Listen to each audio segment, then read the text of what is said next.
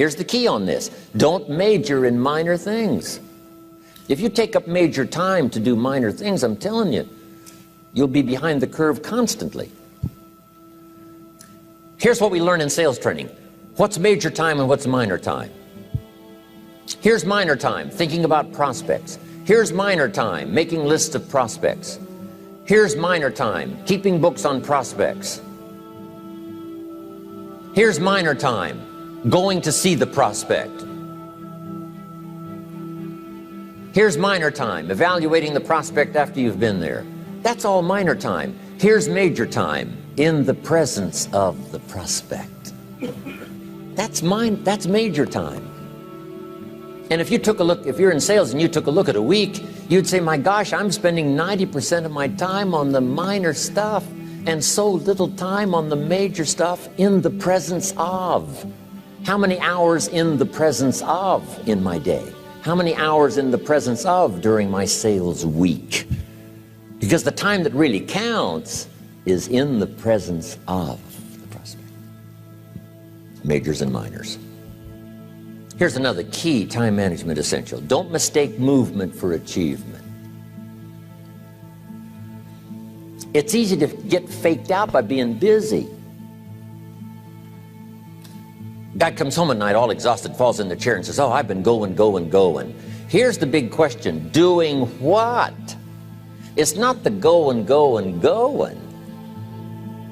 Some people are going, and they're doing figure eights.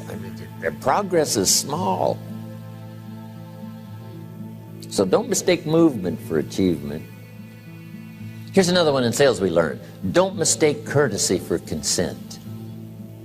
If somebody's pleasant and they nod, you say, oh, they're going to buy. No, they're courteous. You can't mistake courtesy for consent.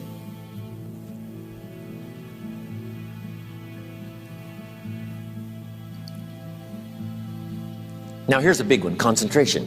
I had to learn this. All those years ago, I'm in the shower trying to compose a letter. Found it turns out to be a strange letter. So here's what I learned to do. Save the work till you get to the office. Save the work till you get to the work. Don't try to get to the office on the way to work. On the way to work, enjoy the way. In the shower, enjoy the shower. Then go to work when you get to work. I found this to be helpful. Concentration. Here's another big one. Learn to say no. I'm telling you, in such a social society we have now, it's so easy to try to be a nice person, saying yes to everything. Find yourself overloaded. Now you got to call and make the, well, gosh, you know, all the time it takes to back out of something that you said yes to too quickly. Here's what might be better. I don't think so, but if that changes, I'll call you. Little things you can use not to overcommit yourself. My friend Ron Reynolds says, don't let your mouth overload your back. It's a good one. Now here's a big one on time management. When you work, when you play, don't mix the two. Don't work at play. I used to take my family to the beach and I would bring my briefcase.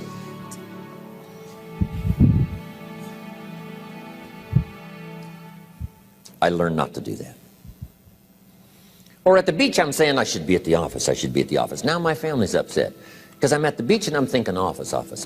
Now when I'm at the office, I'm thinking what? I got to get my family to the beach. So things are not going too well at the office because I'm thinking beach, and things are not going too well at the beach because I'm thinking office. Here's what I learned to do. At the beach, be at the beach. At the office, be at the office. When you work. When you play. Don't mix the two. Don't work at play. Now here's one of the most important ones. Don't play at work. Work is too serious. You don't want the reputation of being the office joker. It's not a good one. Yes, there's time for some pleasant stories. Yes, there's time for a little humor. Yes, best if it's a happy office, of course. But I'm telling you, you got to be serious about work because you're parting with a piece of your life for the work you do.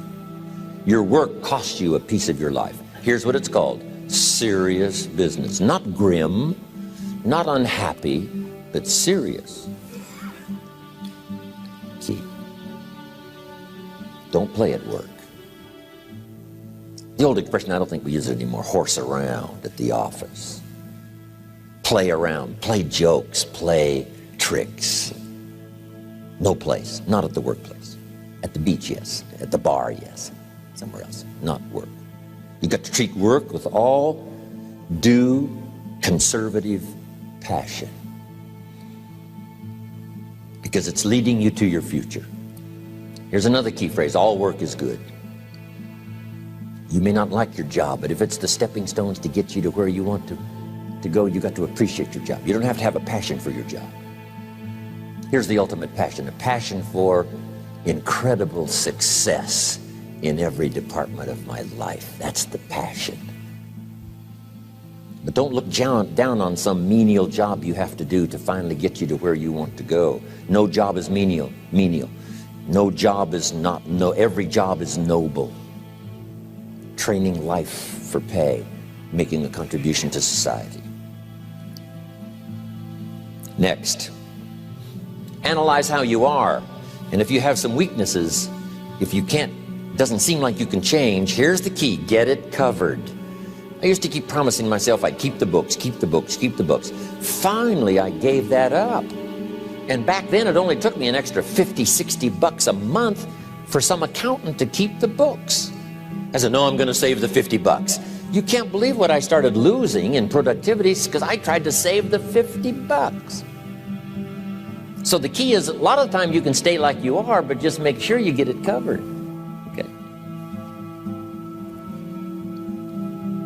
Next, beware of the telephone and all other systems of communication, especially the telephone at home and systems of communication at home. And here's one of the best lines I've got for you for the weekend: let all communication systems serve you, but don't let them intrude. When it comes time to have dinner with your family, you shut off all systems, unless the ones that can take messages silently. Don't let the phone ring. Don't let anybody intrude, come through the front door nor the back door, nor through the telephone or any other device. So you can't reach John and his family when he's having dinner. The President of the United States couldn't get through. If you develop that kind of a reputation, father, mother, when we have dinner, when we're visiting and have this time with our family, nothing intrudes. So don't let these clever little devices keep intruding. You've got to have a place that's sacrosanct. It's valuable. You don't let anything in for that period of time. Okay. Isn't that good advice? Excellent advice. Here's the next one. Read all the books. You know, I've only got a few notes here on time management, but if you've got some particular challenges, you run a big organization, a big corporation, you've got some challenges, there's plenty of books. Now, here's what's next. Just be more alert to the things that might be stealing your time. Here's why. Time is like capital. You can't let someone steal your seed corn. You can't let someone steal your capital. And you can't let someone steal your time. You must designate your time. And some of the time that you designate, you must not let anyone steal. Casual time, you might let someone intrude and steal a little bit and take a little bit, but not serious time. Key. Next, one of the great time management savers is to learn to ask questions up front. Sometimes you talk to somebody for an hour, and then you ask questions and find out if you would have asked those questions up front, you could have saved yourself an hour. Asking questions up front helps you to get to the problem now. But if you just launch into some discourse, you might waste 30 minutes, waste an hour, when here's what you should have been talking about. After you finished an hour, you say, John, what's really the problem? He said, well, it's something personal. See, that's what you should have been talking about this whole hour. Key. Next, learn to think on paper. And we're going to take a break. Some ways to think on paper. One, we've covered one. Solving problems. Take it out of your head and put it on paper. Another one is setting goals. Making these lists we've already started. Here's another good way to think on paper. It's a projects book. Each person you're working with and each project you're working on, get a loose leaf binder and a tab and some pieces of paper behind the tab, and do a little continual summary of how it's going between you and that person and between you and that project. I call it a projects book. It is so useful to me. But what's going on between you and this person? When you last got together, what did you talk about? And you got a few notes there. Here's what we talked about the last time we got together. Now when you get together again, you can review that so you'll know better what to talk about. When the president gets ready to travel and he's going to meet some important people, guess what they bring him? All these briefing books. Right? The last time you were with Khrushchev, Kennedy is informed. Here's what he said and here's what you said. Kennedy said, oh, that's valuable. I need to remember that. If a person is important, it's worth a little running account. You might even have a projects book for your children. Here's what's happening between me and my child. We've talked about this, and we've talked about this, and we've talked about this. Next, a day timer. Keeping track of all of your appointments. You know, mine is all filled with, when to catch an airplane, and when to do a seminar, and when to sit down and have a conference, all the rest. Next is a game plan. If you've got a house and the insurance is going to come due and some other things are going to come due, you just put it on a spreadsheet and make sure it's taken care of. Key phrase, take things out of your head and put them on paper. And the key is to just experiment with different ways that helps you to do that.